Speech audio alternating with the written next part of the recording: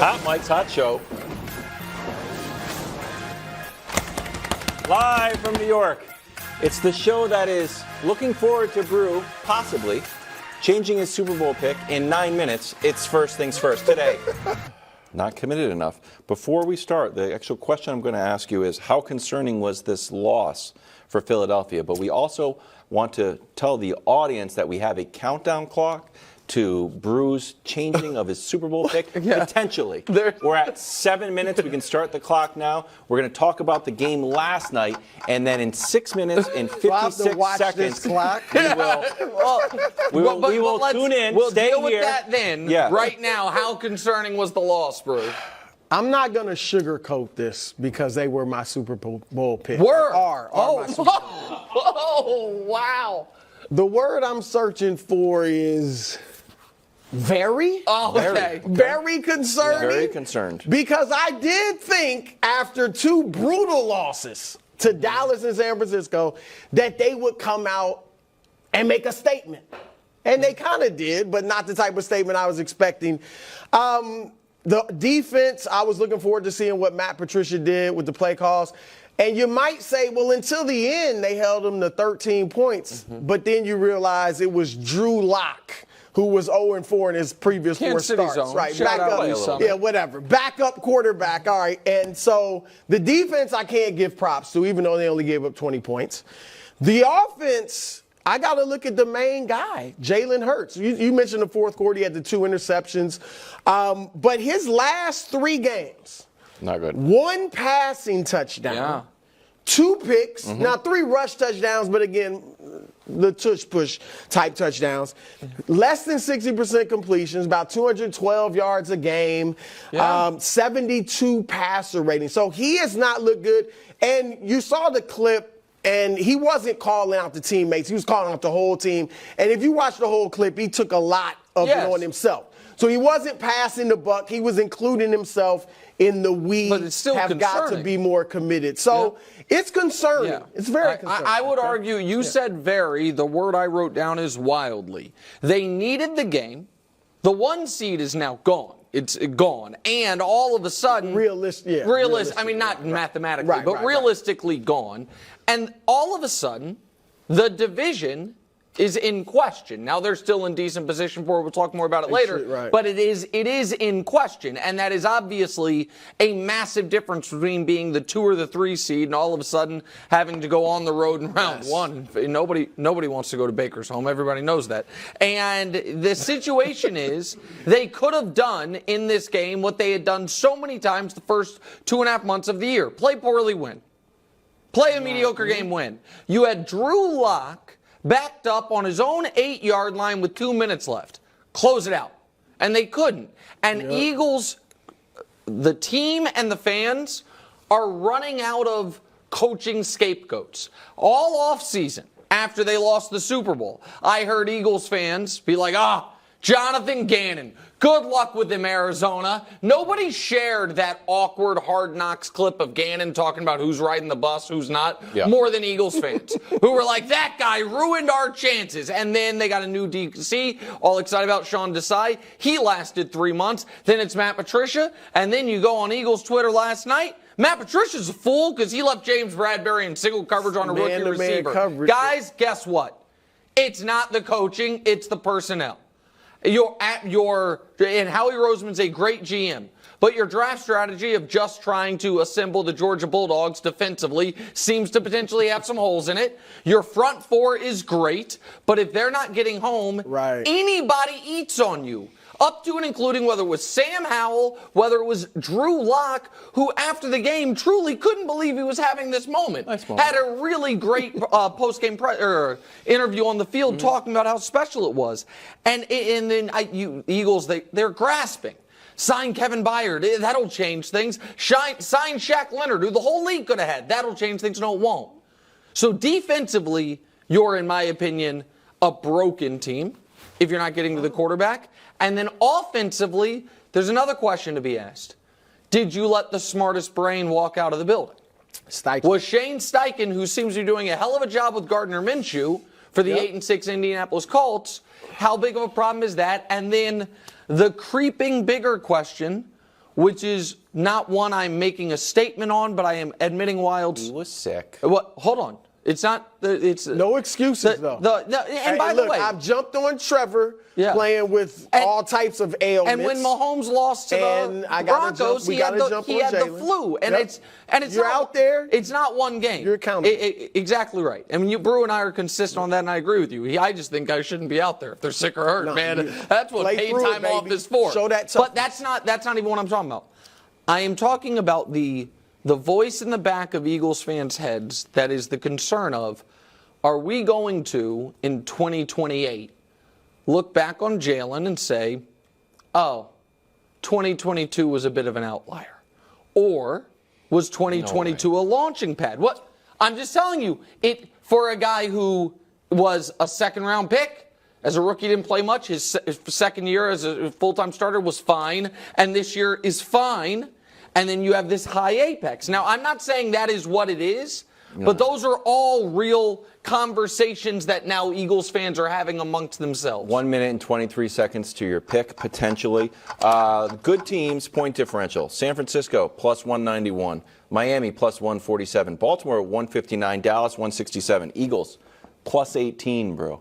Yeah. They've been playing with fire for a long time. Sam Howell was close to getting a win, and now these are finally starting to bite them. Sam Howell making a lot of appearances. Here would be my Howell's not necessarily great. Right now, almost beat him. Wildes, is there anything Philly does great? No, touch push. Well, the tush push. Maybe not anymore. Maybe not anymore. One penalty. Oh, well, except Jason Kelsey said they've been warning me about that for years. It's crazy how attention to detail has really skyrocketed by the NFL officiating group post-Kadarius Toney. But okay, is the tush push the only thing they do great right now?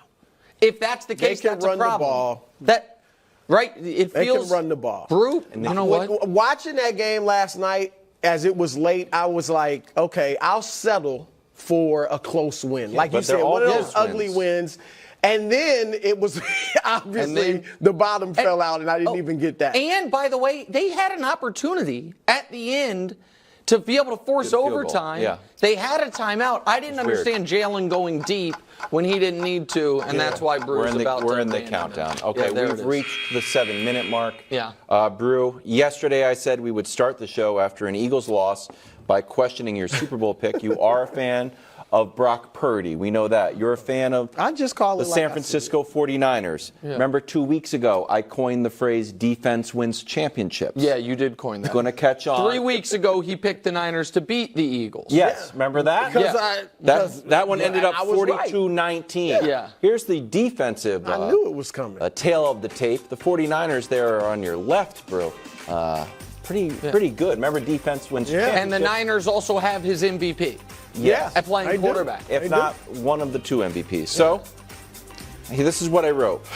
Are you ready to admit you're thinking about changing your pick if you're not ready to go the whole way? Okay. Well, first of all, gentlemen, I'm flattered.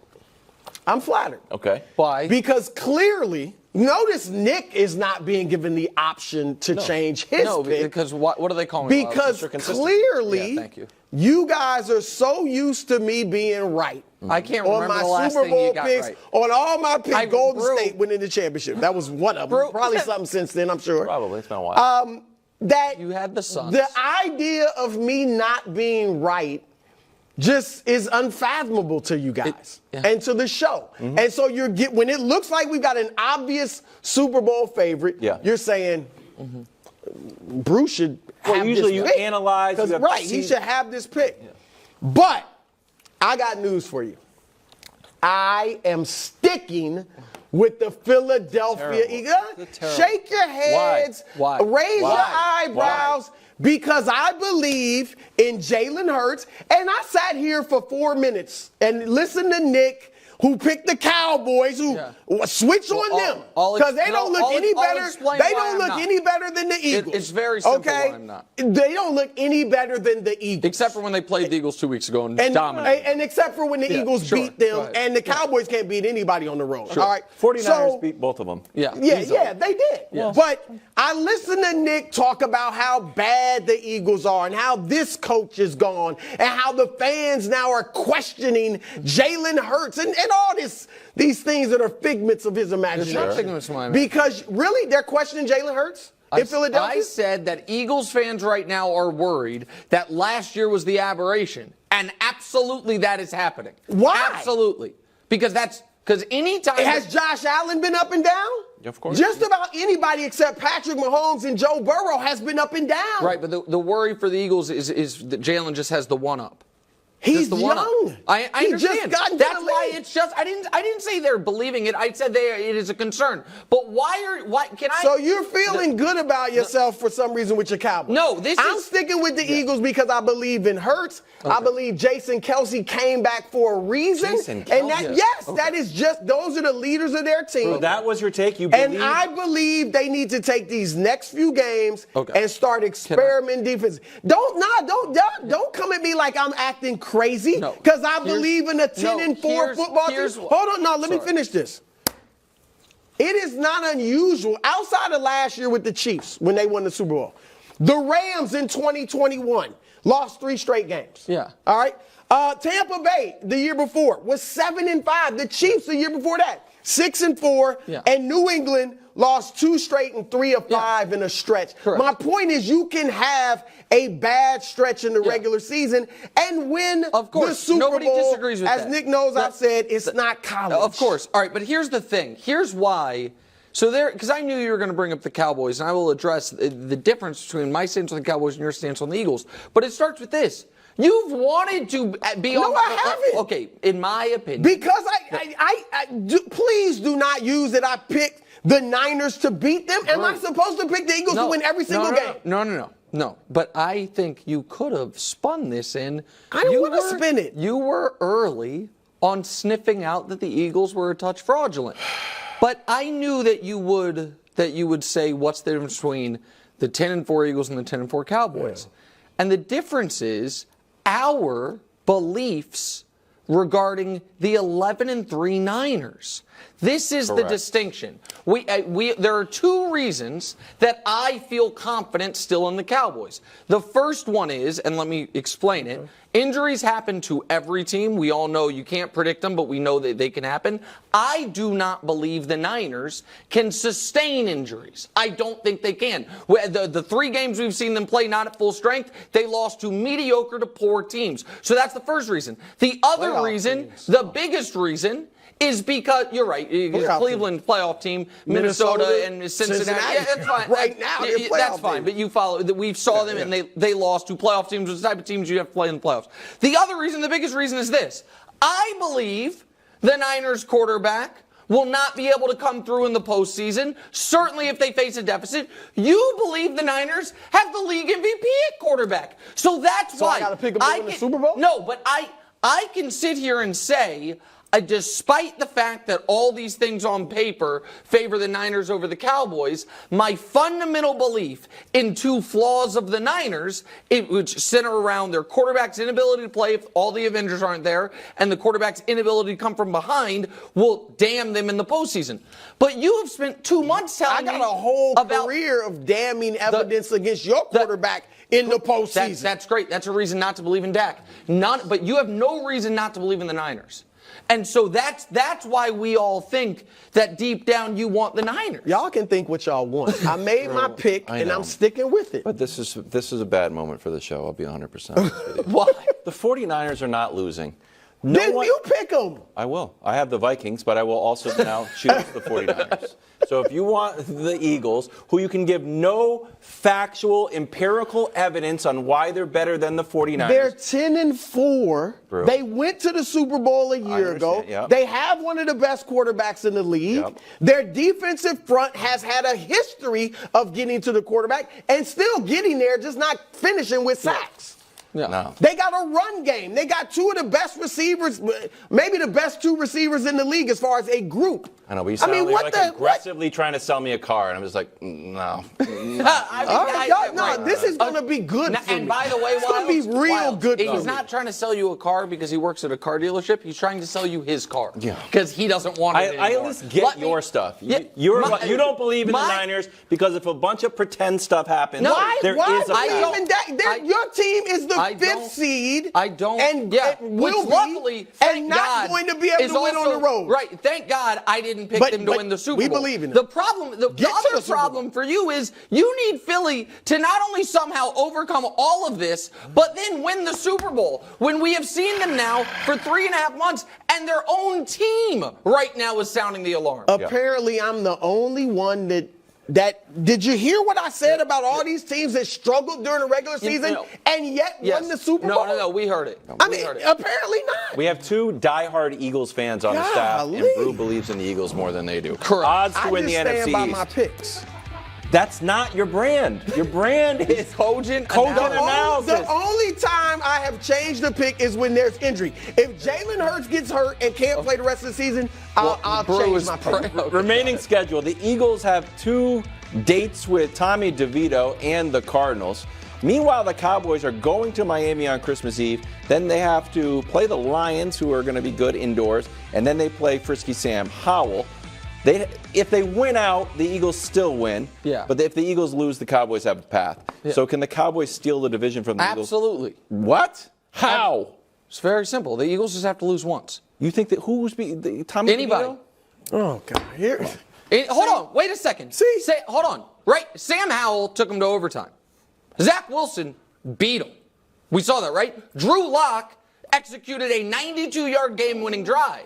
So the idea that Philly is just going to coast through 2 divisional games and then against Kyler, I disagree with. Now, I believe that it's weird the way the tiebreakers and stuff work. I believe Dallas is going to go to Miami and win. But oddly, that's actually totally irrelevant to it. Win or lose in Miami, if Dallas wins their next 2, this comes down entirely to, does Philly go 3-0 or do they not? If they lose once and Dallas takes care of the Lions at home, where they've been a juggernaut, and Washington, who they already annihilated, then they win the division. And so right now, you're saying, can they? You are 100% confident in this Eagles team right now? Tommy DeVito 3-0, baby. Yeah. Okay. 3-0. So, y'all got Miami. Yeah, but they can lose that game. Beat a good team. That's fine. They can lose on the that road. Game. Right. Well, right. Detroit, you're 1-3 against winning teams. Yeah. Detroit. Who'd the one come against? Philadelphia.